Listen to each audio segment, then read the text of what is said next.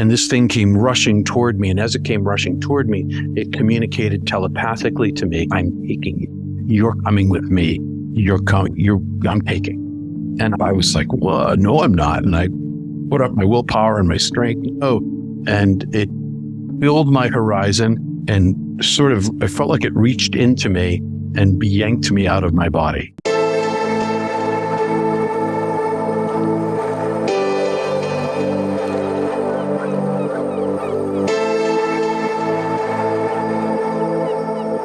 So if you would like to, you could go ahead and share your near-death experience story with us in whatever way you feel led. Okie I will. I'll start with, I was 21 years old. I just turned 21. It was 1980. I was an exchange student at Montana State University, looking not to go back to Boston for spring break. And I went hunting for a partner to go do some adventure with, and went to the outdoor club and found a backpacking mountaineer outdoor kind of guy partner who had already decided to go for a 6 or 7 day snow cave and a 1 day ice climb in British Columbia and Alberta, Western Canada, and was looking for a partner. And so we got together and we talked it over, and we discovered we had complementary skills and decided to go. So we do. And I'm an outdoors backpacking mountaineering kind of guy. So this was not it wasn't as crazy as an adventure as it turned into. So the snow caving part was fantastic. We skied way out in the back country and dug snow caves and spent a week living out in the wilderness. And then we came into a 1 day ice climb. Tim had been certified as a lead climber. And I'd never ice climbed. I'd rock climbed. I could handle ropes and harnesses. And I think maybe I'm kind of making this up, but I might have been a goat in a former life, because I like a mountain goat, because I could just like scramble, so I spent a lot of my life scrambling up rock and climbing mountains and that kind of stuff.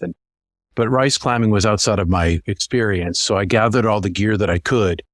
And Tim had all the gear, and we went to this ice climb, which is world famous, called Lower Weeping Wall, and north of Banff in Canada, in March with about 10 feet of snow on the ground. And I made a mistake.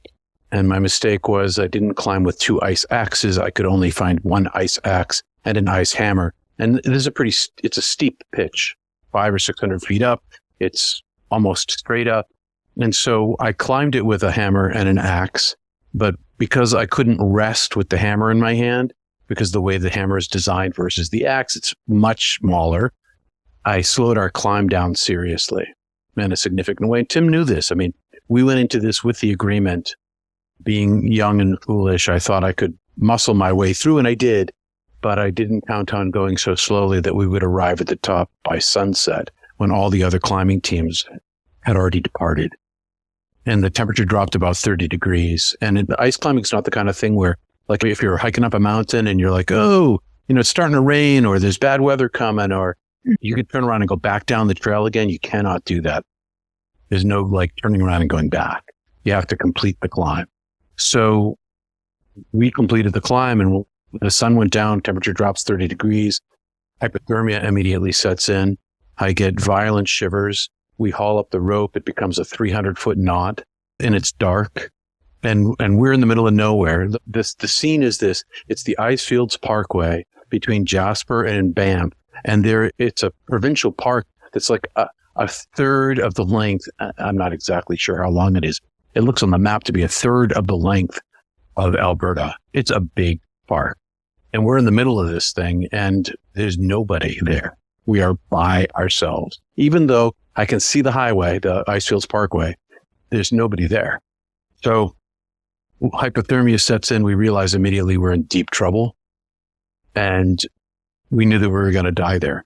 And it's weird to reach that conclusion within a 5-minute conversation where, we'd been worried on the way up that I was going so slowly, but I couldn't help it. My muscles burned out from gripping this thing for so long. So I was going as fast as I could. And Tim was very understanding and forgiving about that, and for the whole ordeal that we went through. And then we had this conversation knowing that we were going to die. I mean, I'm 21 years old and I'm sitting there with this guy and who I'd only known for a week. We got along great, but now suddenly we're talking about we're going to die here. And it was real. It wasn't like, oh, maybe we're going to die here. It was more like, wow, we were in a very bad situation. And so we decided that since we were going to die, we were going to die fighting to get off the mountain. And so this set up an entire night of driving ourselves forward with a newly discovered willpower for survival. I clicked into this, and I thought of it at the time as a mammalian drive to survive. It wasn't my personality. It wasn't my humanity. It was this animal nature inside me that was like, live. And we traversed through the night to get to the last rappel. If your viewers can check out the book if they want to get all the details, but it was quite a harrowing night. And by the time we get to the last rappel, it's now 3 hours before sunup, and hypothermia has gone through the stages. I have advanced hypothermia. And what that meant was, in addition to hypothermia, my feet were frozen like blocks of ice. My hands, my face, my lips, my brain was freezing. My body had all of the heat rushed to the core. I unzipped my coat because I was hot, which I knew was stupid because I was in the National Ski Patrol and trained as a wilderness outdoor responder. And even though I knew better, I was still making poor decisions because and that's what happens. You get confused in hypothermic states. That's why and people are often or frequently found frozen to death with their clothes off. Your body feels like it's hot, even though you're smart enough to know it's not. And so I was clipped into the mountain. Here's the scene. I'm on a ledge. It's the size of an office desk, but it's like four desks long to the left, but the width is like a desk. And there's iron pins in the granite with rings attached to the pins and carabiners and straps that go to the carabiners that go to the harnesses. So the first time since we began our descent that we're safely harnessed into the mountain. And so Tim is off to my left. I'm to the right. The moon had risen 3/4. It was illuminated enough that I could see. And I took the bitter end. It's a rope turn. And I took the end of the rope and I tied it to my harness and I tossed the other end off around this corner to yank the rope down through, and the rope jammed and I couldn't get it free. And by this point, I'd already gotten hot and there's nothing I could do to get the rope free. I couldn't go back up the way we came. I couldn't climb back up the rope because it's a straight drop down. And if the rope gave way, I would die. 150-foot drop. And so I kept pulling on the rope and then I began to fall asleep. And that's what happened. It's the hypothermia. And I realized that I was going to die and there was no way out of this situation. And so this drive that I had inside me all night long, it didn't evaporate so much as accept truth that I was not going to get out of this situation. And so I got calm. I was level-headed. Let's say I was level-headed all night. But now suddenly, instead of having this anxiety about survival, all of that just kind of dropped away and I just got peaceful. And I started thinking about my family and the divine God. And then I fell asleep again. I stood up again. And when I stood up the last time, I got tunnel vision where black all around my vision and it closes rapidly. And as it closed rapidly, I was confused. I'd never seen such a thing before because it was so fast and I didn't have really much time to think about it. I just looked around and then it went and I'd fallen asleep. I don't know, 3 or 4, maybe 5 times. I don't really know how many times. And when you fall asleep, of course, you lose consciousness and then you wake up.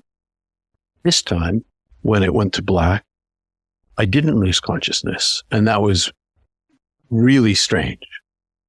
I was confused and realized that I didn't see the rock in front of me and I was still awake and I felt like my eyes were open. I felt like I should be seeing the mountain because I feel like my eyes are open because I can see darkness, but not like darkness, like one-dimensional darkness when you're in the pitch black and you just can't see anything. It's not darkness like that. It's like darkness that it it extends. And so I'm looking into this darkness and I realize I don't feel like I'm standing up. I'm not sure what's going on. And way far in the infinite distance of the darkness, a pinprick of light appears.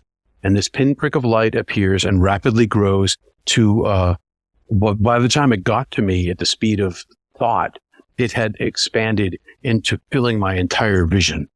And it rushed across. The distance was like looking universe. It was like if you were the Hubble telescope and peering across the entire length of the universe as far as the technology will let you be able to see. It was like that, only it was completely dark except for this one distant star.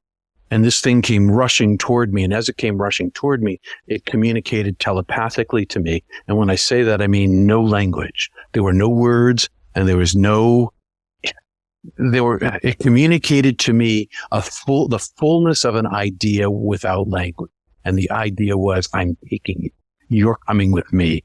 I'm taking. And I was like, well, no, I'm not. And I put up my willpower and my strength. No. And it filled my horizon and I felt like it reached into me and yanked me out of my body. Mm-hmm. And now I'm inside of this thing. And everything I say about this, Melissa, everything I say about this is in metaphor. I use metaphor and simile and because there's no time over there. There's no language over there. I didn't have a brain. I didn't have any storage for language. Didn't need it. And so I'm inside of this, and which I call an angel, but it wasn't an angel like wings and a halo. It was an orb of super intelligent energy. It was the most intelligence I had ever encountered.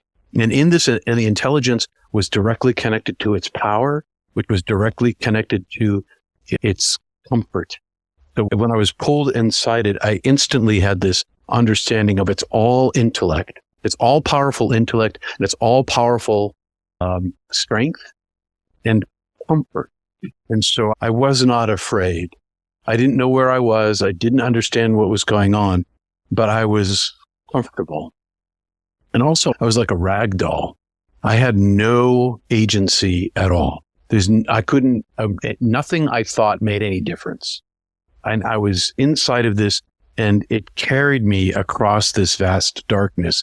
I didn't go through the typical tunnel that people talk about, but the space sort of collapsed around it. It was still expansive and wide, but it like traveled just a direct way into a higher heaven, higher realm. And whether it deposited me there, it felt like it deposited me there, but I'm not really 100% sure as time goes by because it was of the same essence as of the place that I was left. Its power and might was the same, was like a smaller version of the same power and might. And so did it expand? Did it leave me there? I remember thinking early on when I started thinking about it that I kind of popped through. I popped into this other place. And maybe that's what happened, but it's very difficult to isolate into language. It's just super hard to isolate it into language. And so I'm in this expansive void. I call it the outer darkness or the great illuminated darkness, because once again, I can see, but now I don't have any eyes. I can see myself. I can see myself as an orb of consciousness, like an entity of thought. Only my thinking doesn't have any language to it. I'm not thinking in words because I don't have a brain to have words. I'm thinking in the same sort of conceptual ideas if I say ice cream to you, you might picture an ice cream cone. It was more like the picture of the ice cream cone than the words defining. And so I could see my thinking, and my thinking was my being. There was no separation from what I thought and what I was. And there was no separation between what I could see and what I was. So I was like one huge, gigantic eyeball looking in every direction at once. And I was alone in this infinite space. And it was above me. It wasn't just out like to this horizontally. It was like I was in the middle of this great dark ocean. And I was content. And I felt like I remembered who I was. Oh, this is me. This is who I am. This is my true self. How did I spend all those years not knowing this? How could I be so blind as not to see the trueness of myself as this being? And I could see that I was much larger than I was on earth, much larger. But I didn't have any matter. I was in nothingness. There was no thing there, nothing. I'm in nothingness. And I say that because it's an emptiness. It's an emptiness that's paradoxically full. So it's a darkness that's light. It's an emptiness that's full. And I'm by myself and I am unafraid. Did I know where I was? I knew who I was. And that was enough for me. And I tell this, it's timeless. How did I say that? So there's no future and no past. There's all time all at once. And not just all linear time, but like all time in all these different directions. Forward time, backward time, sideways time, whatever kind of time you can imagine inside your head. It was all inside this now. Is just now. But I talk about it in a sequence of events because I have no choice. If you got to have a chronology to tell a story. So otherwise do you know what Dadaism? I'm going off on a tangent here. It's a poetic form from the early 20th century. Crazy thing, Dadaism. Didn't last long. Anyway, it was absurdist poetry. So the divine, this is an absurdist place because everything happens at once and there is no time. And yet there's definitely experience. So a portal opened like a door or a gateway or, the pearly gates, whatever you want to call them. But it was an opening in the darkness that was right up next to me. And when I looked into infinity, so I'm looking out into infinity and I know that I can see further than I'd ever seen before, but I can't see the end of it. And I can't see the beginning of it. It's beyond, and yet I know that I can see so much further.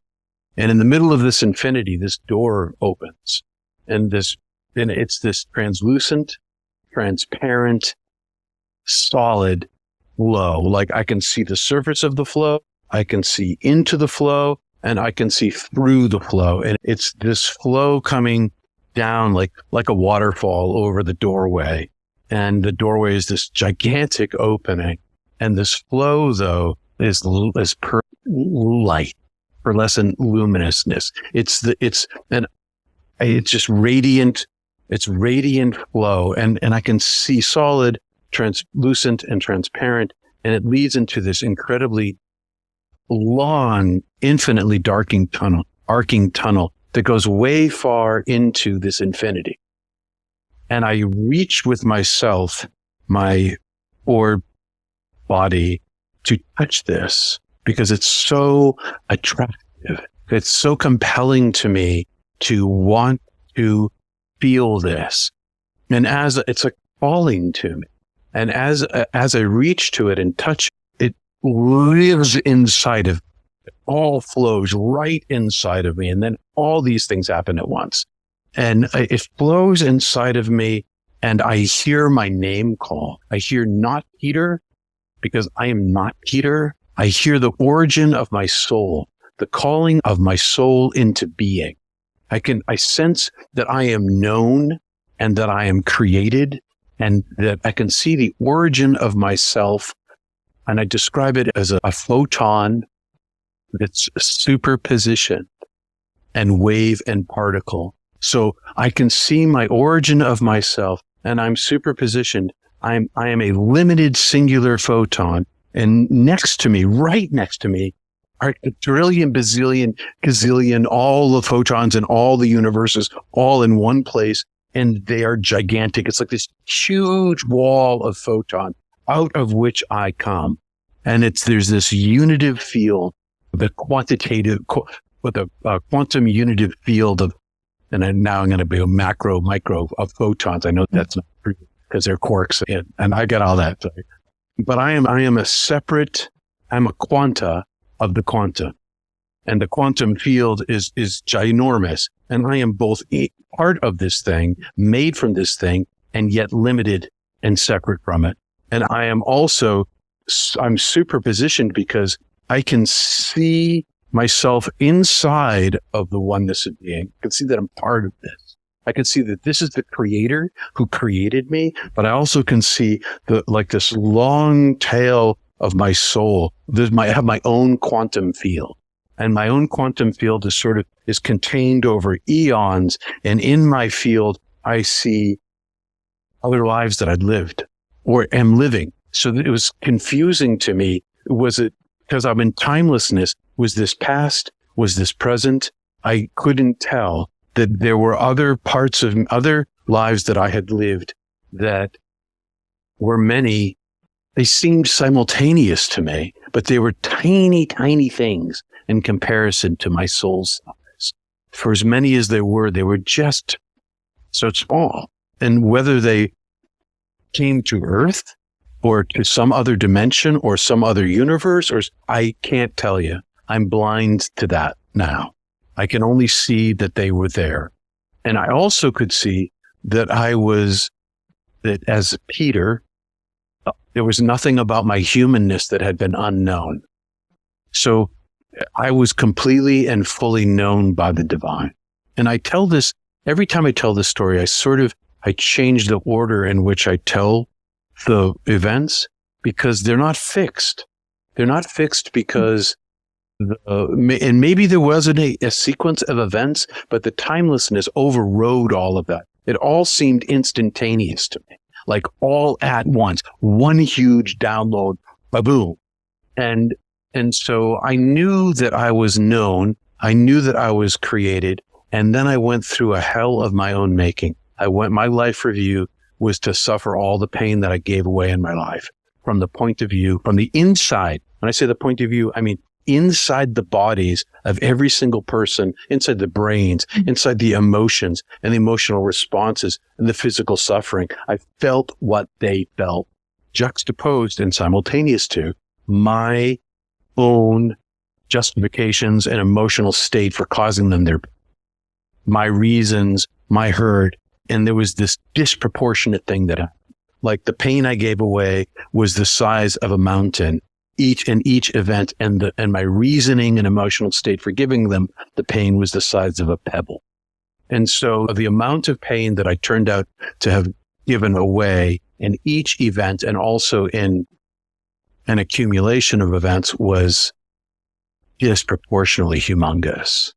And meanwhile, I'm judging myself and I'm seeing the pain I caused these others. And I'm seeing the paltry reasons, the inexcusable reasons that I gave myself to cause them this immense amount of pain, which turned out to be pain I gave myself. So I gave this pain away and I got to keep this pain. It attached permanently to me. And so meanwhile, I hear the voice that is the universe in which I am in this greater darkness where I am.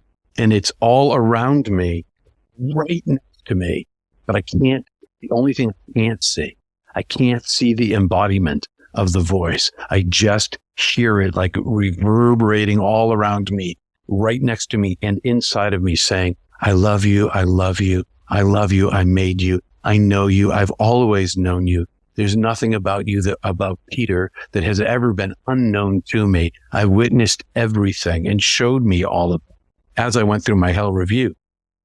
And I was shown all of humanity. I was shown all of humanity's brokenness and the suffering that everyone gives to everybody else. Whether, you always hurt the ones you love. So the ones I loved the most in my life were the ones I hurt the most. And I was being shown that it wasn't my fault that I was a human being capable of hurting people, that's endemic in what it is to be a human being. You can't not do that. If you're a human being, this is going to happen. You are going to hurt people. You can't stop.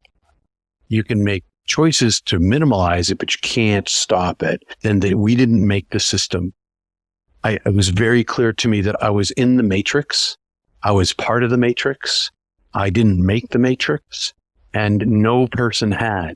And that the greatest suffering that anyone had caused in the history of the world, our world, was still only the size of a hill, small little hill, compared to the distance between the sun and the next galaxy over.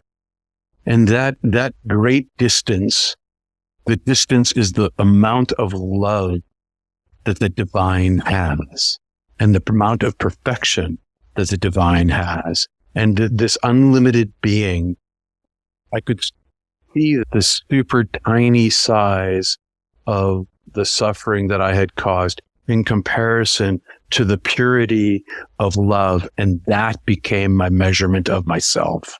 And so I didn't judge myself against other people, and I didn't judge myself against those people who I hurt. I judged myself against the purity of the unlimited divine being. And I judged myself guilty because there is so much love. And look at me. I loved so little in comparison.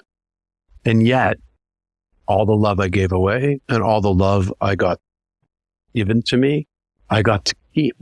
And this voice was speaking inside me. And I love you. I made you. I forgive you. I know you. I created you. I'm creator. You're creature. And I love you. And as I listened, as I finally got out of the pain that I had caused and listened to what was being said to me, I turned and faced love and was forgiven and infilled with beauty, love, truth, joy, knowledge, understanding, bliss, healing, wholeness, adoration, hope, knowledge. The list is long. So I get infilled with this oneness of being, and I feel like my ginormous consciousness expanded. It got bigger and bigger and bigger, like a balloon, and got to this point at which one more molecule of air would have obliterated. So one more molecule, one more taste of the fullness of being, of love, of beauty I would have ceased to have been even my consciousness, because by this point Peter was forgotten. And then this experience of the divine oneness sort of, I didn't evaporate so much as allow more Peter to come back in for a moment, I guess, because then I said, am I dead? And the voice said, yes, you're dead. And I said, this is all non-linguistically, no language. And I said, but I haven't, gone through the tunnel all the way yet. Do I have to leave? And the voice is like, well, it's your time. Time to go. I was like, but still haven't got through the tunnel yet. And I said to my parents, my sister had run away when I was a kid, and she vanished, and it was a family experience of grieving a death for someone who didn't. So someone who was gone from our lives, and it was impossible to get over. And so there was lots of brokenness in my family, a lot of brokenness in lots of families. And so I said my parents would lose another child. And the divine instantly swept me across heaven, for lack of another term, swept me across heaven to the edge of where the universe begins above earth. So heaven isn't this far off place. It's like right next to us all the time. Another dimension supporting this dimension kind of thing. And I was taken to this interface between the two, and I could see all of earth and 7 billion people on it all at once doing 7 billion things all at the same time. I wasn't looking like it. There's Melissa. And, but it was like everybody all at once. And everybody was covered with a veil. And when I say a veil, it's like It was like like liquid gel over everything. One layer of very thin, transparent liquid gel over everything. And the voice said to me, in the way I love you now. And then this love expanded. Like the love was it was eternal love.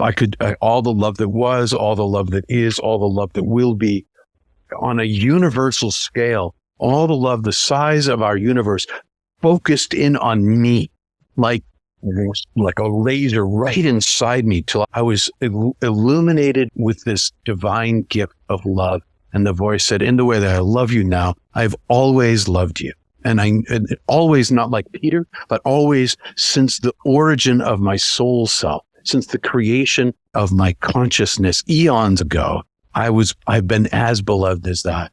And I was infilled with this. And the voice said, in the way I love you now, I've always loved you and I love everyone. And now you know that the length of your human life was the snap of your fingers, that fast, beginning to end. And that because of that, everyone will find the truth when they die, including your parents, even though they can't see it now like you can because they're under the veil. And I could see my parents' faces and I could see their suffering and I could see the accumulation of their suffering and their future accumulation of suffering should I die, and the future of the mitigated suffering should I choose to live. And the voice kept saying, time to come home, time to come home. I love you. And they're going to be fine because in a moment's time, they're going to die and find out what you already know. And you know they will be well. And all suffering ends and they'll be healed. And still, I guess I felt sorrow and compassion for them. And I said, I still haven't gone to the door yet. Do I really have to go? And the voice said, I want you to come, but no, you don't have to. I said, well, if I go back to life, can I come back here to the state of union with you, this place with you? And the voice said, yes, you can come back here. And I said, well, then I choose to live my life, knowing the length of my life is the snap of a finger. That isn't now on this side of the veil. Doesn't feel like that anymore, but I still know that is true. And that's given me great solace for my whole life. But so I say, I choose to live my life. And the voice says, you won't live your life, and sends me back. And on my way back, I had a choice of what life I was going to enter. So there was like 1 million entry points into this body. And at the center of this circle of 1 million entry points was like divine laser white light. And I could have entered through that beam, but I was like, I want some self-autonomy. I want to be myself somehow. Because you just told me I'm not going to be me. I want that now. And so I want to be a writer. I want to be this. I want to be that. So I made all these. In an instant, I had to make choices. So I made choices, and that choice led me into an opening. And that opening, not far from the center of the light, but not in the center of the light, closer to the center than to the edge. And I'm inside this thing, and I guess I get tunneled back. I've never really thought about that part, what that was like. Because the next thing I knew, I was being thrashed. You know, an ice screw. An ice screw is this, when you go ice climbing, these screws are about this long. Screws are about this long and they're hollow. And they look like Archimedes' screw from way back 3,000 years ago when Archimedes invented the screw. But it's a hollow tube and it's got a little hole in it. And you put your hammer in it, turn this thing like a screw. And I felt like I was being screwed back into my chest. And through this hollow tube, I was being crushed and injected back into this body again. And it was awful. I had forgot suffering. I'm back inside. And as I swim back to consciousness here, as my brain comes back online, I'm racked with pain. My whole body is filled with pain. And not just the physical pain of my hypothermia and my frostbite, but the pain of being a human being, being back in the material world itself, because all suffering had forgotten all suffering. And so then as I swam back to consciousness, and I wasn't doing any of this. Okay. I wasn't making any willful choices. And the only willful choice I made in this entire event was asking to come back. And actually the second willful choice was choosing in an instant with no time to think about it, the direction I was going to lead in my life. But otherwise it was being done to me. And I swam back to consciousness, and I got awareness of sound, and my body was being jostled, and I was pulled to standing, and it was my partner, Tim, and I was befuddled. I didn't know what this thing was or where I was or who I was. I was a clean, blank slate of pain. All I knew was pain. And as I stood up, everything started working again, and my brain started functioning, and I recognized, that's Tim, but where was I? What's going on here? I'm now kind of in this unreal world, and he's talking to me and he's screaming at me, "You're dead. You are dead. You die. I'm going to die." And he's crying, and eventually he calms down and he gets me to pull the rope, and the rope comes free, and we self-rescue. And and then begins a whole nother life. Thank you so much for sharing that. I mean, honestly, I'm speechless. Like, I feel like I could unpack that for the rest of my life. A couple of things that kind of stood out to me. You were talking about your life review and how you experienced all the suffering that you had given to others, and it was the hell of your own making. And this is really interesting. I've never heard anybody say this before, about how God understands that to be human is to cause suffering, and it's inevitable. So this is kind of a deep question, but what do you think the point of us experiencing that suffering is? I think several things. I don't know the answer to that question. When I was dead, I asked about the universe. I wanted to know. I was like, download, understand everything. Click that one button. Mm-hmm. And so now I'm in the situation where I see certain things. And so I see that God, source, light, sees the world through us. We are the eyes and fingers. How did the divine know all of my story? Because the divine experienced it with me. True for every single person. And not just on Earth. Now the Pentagon and the Navy and the Army are like, UFOs are real. We're not just, it's not just human beings. It's all sentient beings and all the universe. It's the chickadee outside my door. It's the chipmunk. It's the whale. It's the tree. It's the flower. It's the divine self experiences this world with us, through us, and love. And, if there's a universal purpose on Earth, I can't speak for other planets, but if there's a universal purpose on Earth, it's love. It seems to me that the entire universe is made of love, every bit of it, the whole thing. It's an outpouring of love that pervades everything. And that's why it exists. It's like this compassionate action to make things exist. And if it wasn't with this duality, if it didn't have the duality of COVID-19 colonizing your body in order to eat, or the hunter killing the deer for food, or the black hole consuming entire star systems, the whole place is built on death and consumption. The whole universe can't exist without, as it is, in this level, with this love, this universal structure, without pain and suffering. If it had no pain and suffering, if it had none of that, we wouldn't be here. It can't exist without it. We exist as it does. It has to have this. And the beauty of death is, at death, all suffering ends. I went through a hell of my own making. Okay. I can also describe it, stealing Catherine of Genoa's ideas, 1500s. I went through the divine fire the divine fire of purgative love. I couldn't bring these things. I couldn't be infilled with the oneness of being. I had no space inside for the infilling of joy and beauty and the end of suffering as long as I carried these attachments with me.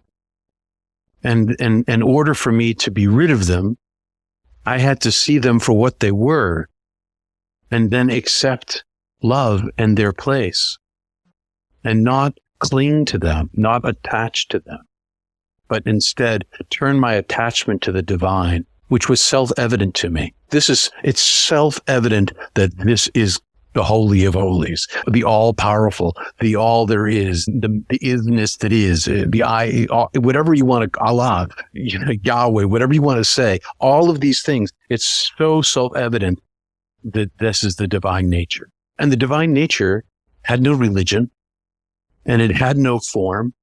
It only had this beauty, love, joy, truth, knowledge. And when these are all with capital uppercase B's, and love and compassion, uppercase C.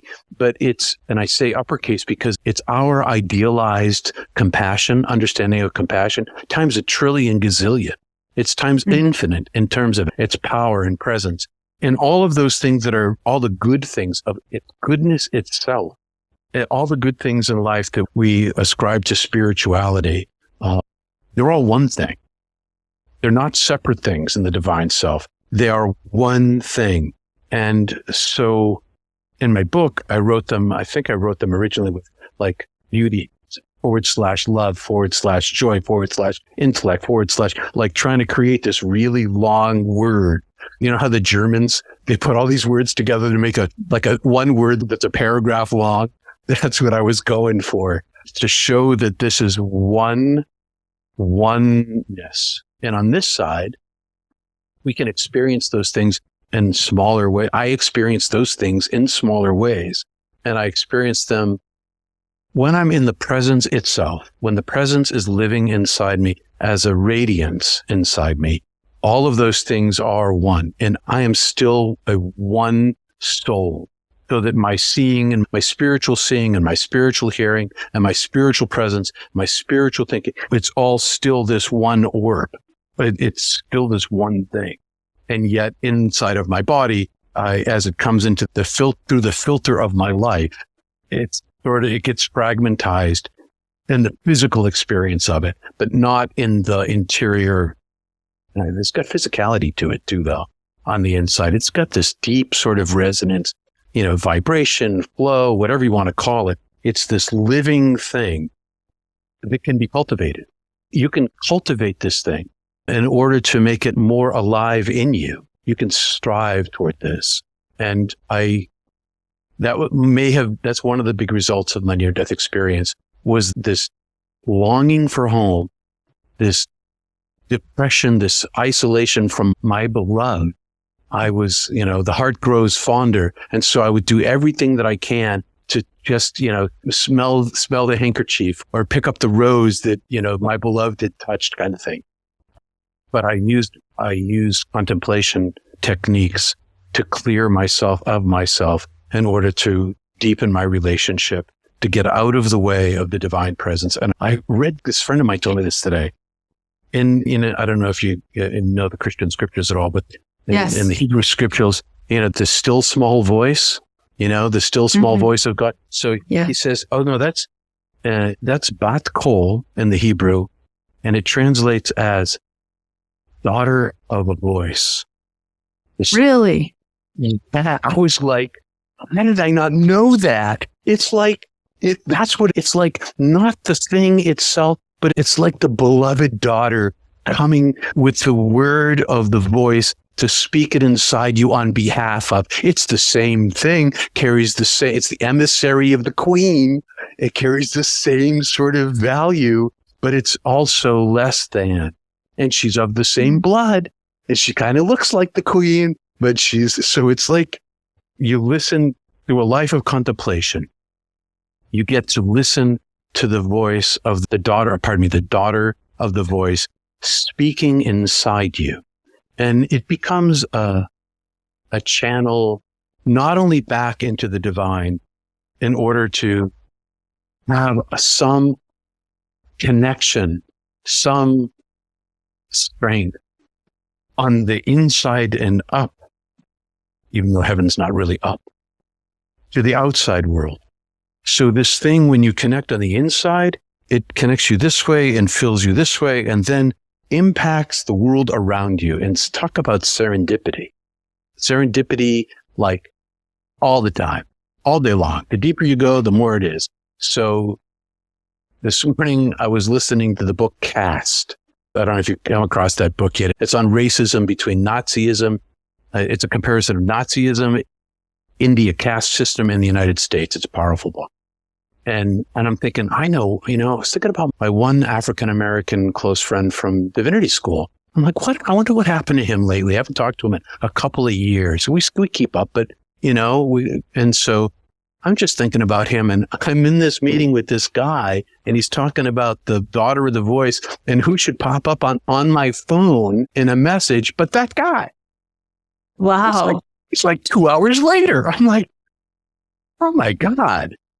Oh my God. And so that kind of, and those are minor things. That's just a minor thing of connecting to the divine that manifests in the physical world. And I guess I've been talking for 50 minutes. Oh my God.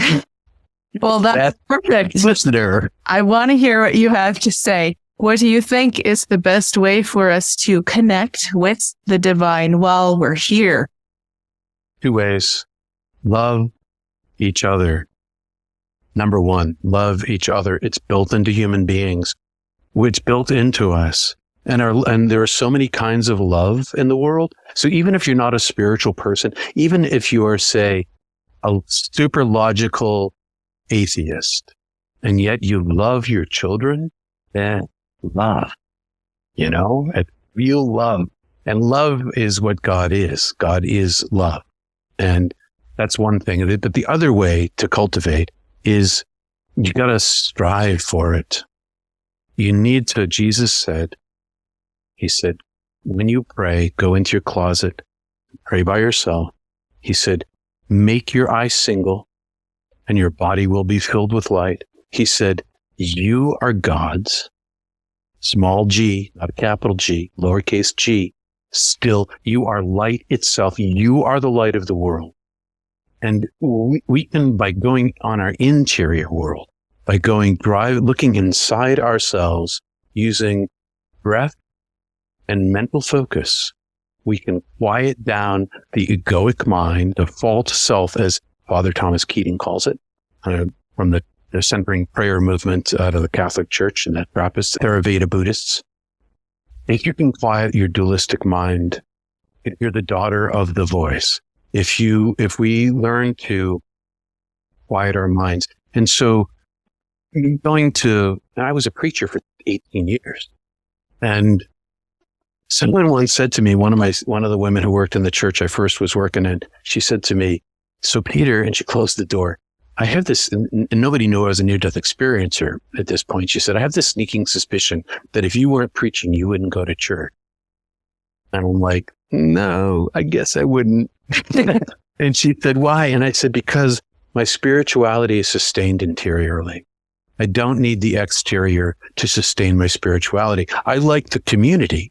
I like the community because in community, this interior practice multiplies. When 2 or 3 are gathered, I am there. And when you access the divine inside yourself and you do it with other people, it magnifies itself. It magnifies itself. It gets bigger on its own. And so your meditation and prayer life impacts mine positively and vice versa. And so I think going inward is the way out.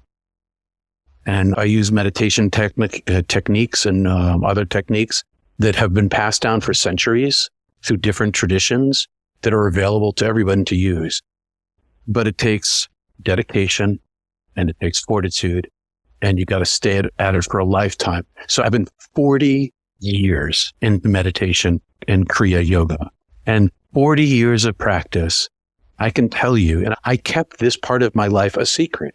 Okay, I kept my real deep prayer life and yoga life a secret because I wanted to see if it was going to work. I wanted to know that what I read, I wanted firsthand experience that if you practice this, you will get this result. And that happened in my life. The deeper I go, the more present the presence becomes inside of me. The more I see it in other people, the more the radiance shows itself in nature. The deeper I go inside myself through the practices of stopping the story that I tell myself inside my head about who I am and what I am, and instead listen to the divine, still, small, silent voice inside of me, I then discover my actual self.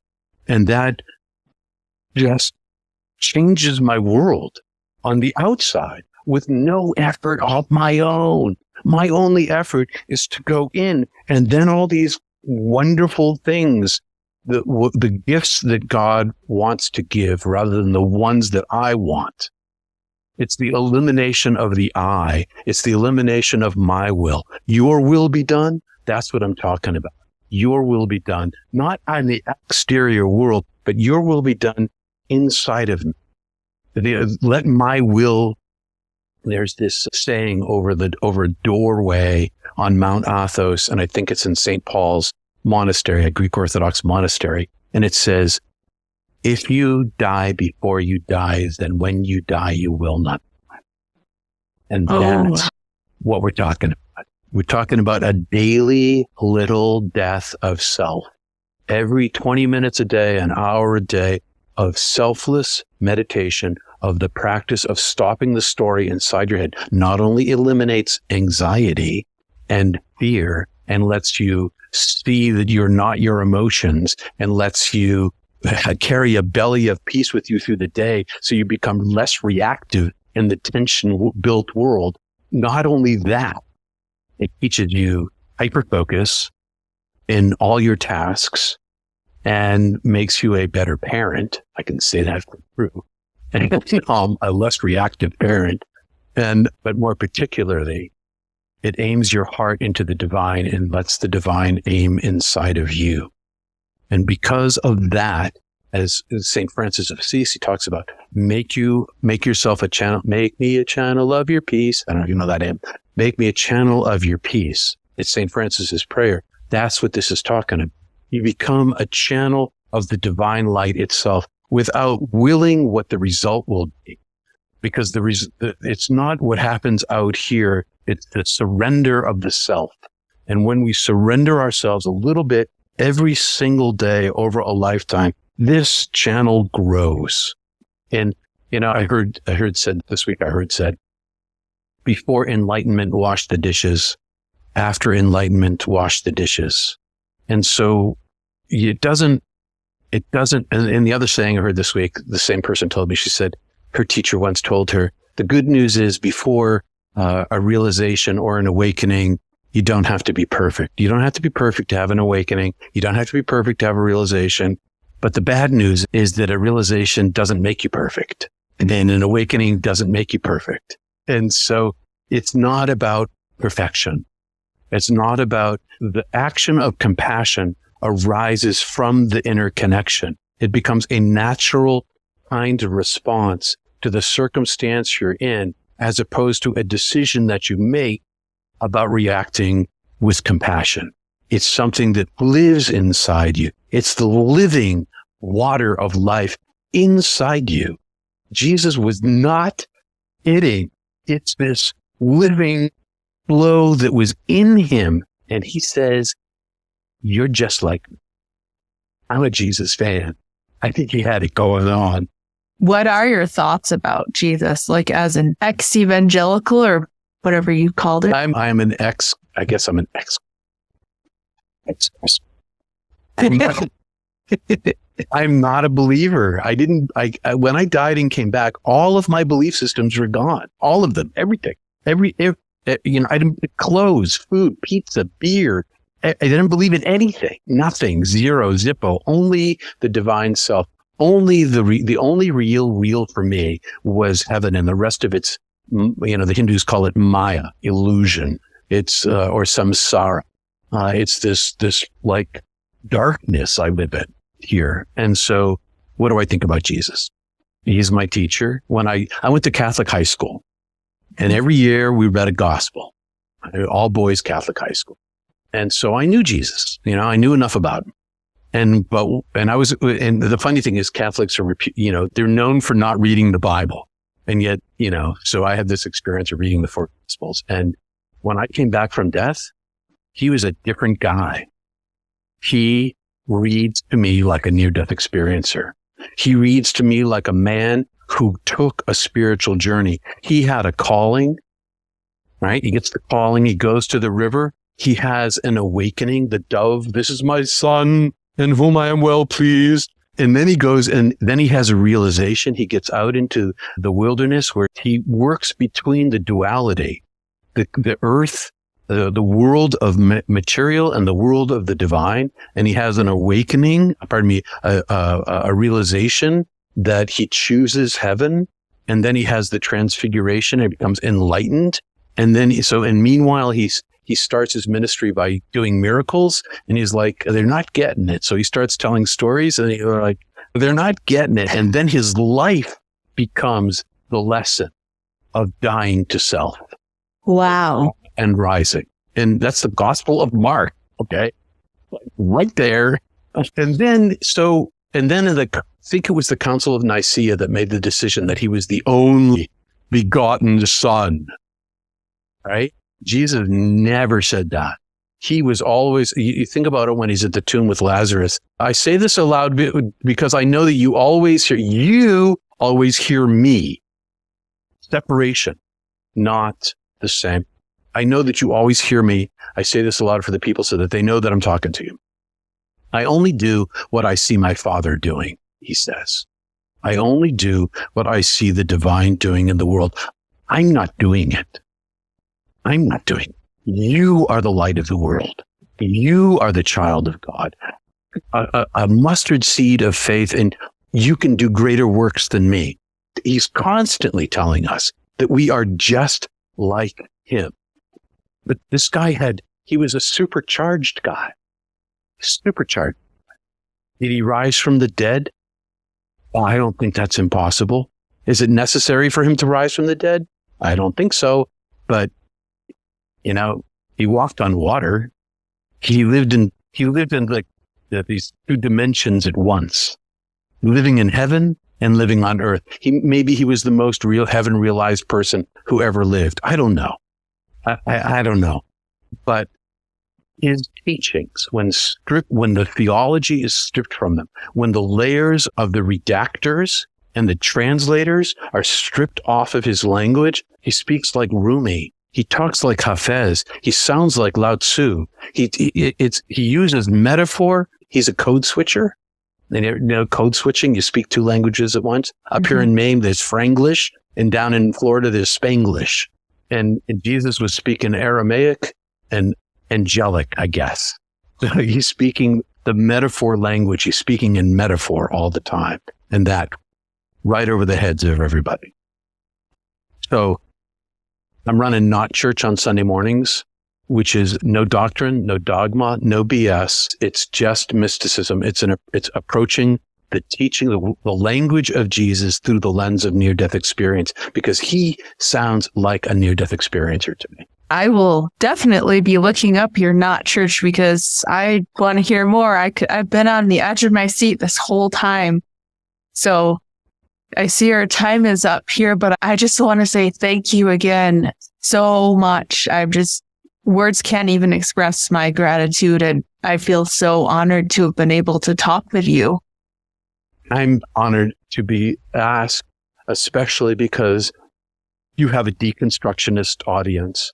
And I think that the deconstructionists, I think they're on the right track. And I think that it's a hard go because the weight of the society of the evangelical church in particular, the literalist powerful church in particular, it's a hard thing to do. And so my parting word for all you deconstructionists out there, have you seen The Naked Pastor? The Naked Pastor is a cartoonist. His name is David Hayworth. He's an ex-Methodist minister, and he's brilliantly funny in deconstruction. the naked pastor. It'll bring you joy every time you see his cartoon. Thank you for watching the Love Covered Life podcast. Don't forget to subscribe and comment with your thoughts and opinions, and check the description box for the links to my free community where I share lots of resources, my Pay What You Can community where we do classes and challenges together, my TikTok, Instagram, my Clips channel, and lovecoveredlife.com where I share my paintings. Thank you so much for your support.